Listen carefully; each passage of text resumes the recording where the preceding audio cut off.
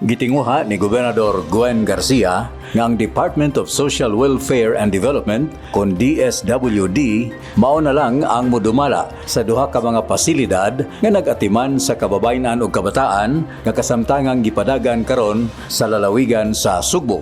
Kini mao ang My Home sa Barangay Tayud, lungsod sa Konsolasyon ug ang Women and Children's Development Center kon WCDC nga nahimutang sa Sudlon, Lahug, Dakbayan sa Sugbo. Kini tungod kay dako na ang galastuhan sa lalawigan sa Sugbo apan minos ang nakabenepisyo sa maong mga pasilidad.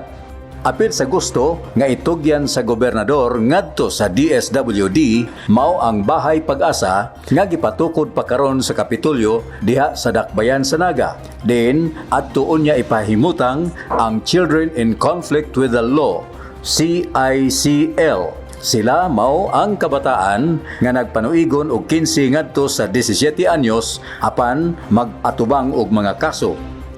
Sa pagpakigtigom sa gobernador uban sa kadaguan sa DSWD Central Visayas, pinanguluhan ni Regional Director Rebecca Giamala, gipadayag sa gobernador nga dili makiangayon sa mga Sugboanon ang dako nga gasto sa kagamahanan sa lalawigan sa Sugbo aron lamang pag-atiman niining maong mga pasilidad. Ang pundo nga gigamit sa pagmintinar niini nga mga pasilidad mamahimo unta nga gamiton sa lalawigan sa Sugbo alang sa uban nga mga proyekto nga makabenepisyo sa mas daghan pa nga mga Sugboanon.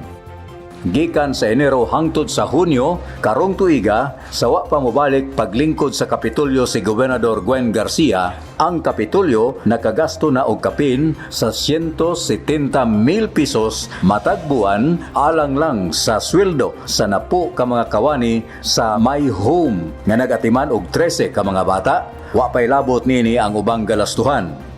Gani alang sa tuig 2020 ang Provincial Social Welfare and Development Office kon PSWDO magkinahanglan og 4.5 milyones ka pesos nga pundo alang sa pagmintinar sa maong pasilidad. Samtang sa susamang mga buwan sa WCDC, diin gipahiluna ang 30 kahamtong og mga bata nga babay nga mga biktima sa pagpangabuso. Ang lalawigan sa Sugbo migasto nagkapin sa 270,000 ka pesos matag buwan alang lang sa suhulan sa mga kawani.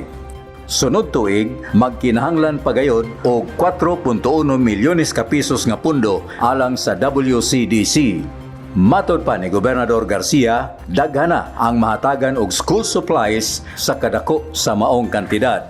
Matod pa usab sa gobernador, ubos sa balaod ang mandato sa lalawigan sa Sugbo mao lamang ang pagpadagan og pagdumala sa Cebu Provincial Detention and Rehabilitation Center nga dunay sobra sa 2,500 ka mga binilanggo. Sam Costanilla, Balita sa Sugbo.